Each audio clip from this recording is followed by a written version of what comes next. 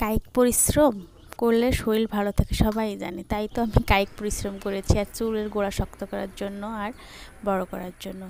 যাই হোক, আসসালামু আলাইকুম, welcome back to my channel. কেমন আছেন সবাই?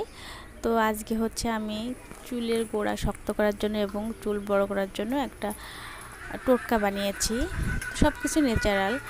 আমার মেহেদি গাছে কিছু মেহেদি পাতা ছিঁড়েছি এবং বাড়িতে মেথি ছিল, মেথিগুলো পানিতে সারা রাত ভিজিয়ে রেখেছিলাম। আর হচ্ছে কিছু পেঁয়াজ দিয়েছি, দিয়ে মানে সবগুলো আমি নিজে পাটায় বেটেছি।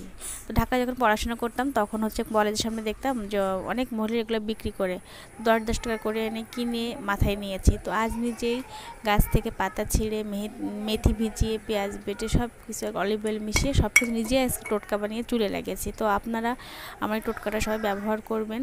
তো আমার মনে হয় সবাই উপকার হবেন, কারণ হচ্ছে আমি নিজেই উপকৃত। তো সবাই ভালো থাকবেন। যদি ভিডিওটি ভালো লাগে লাইক করবেন, কমেন্টস করবেন আর সাবস্ক্রাইব করবেন। আল্লাহ হাফেজ।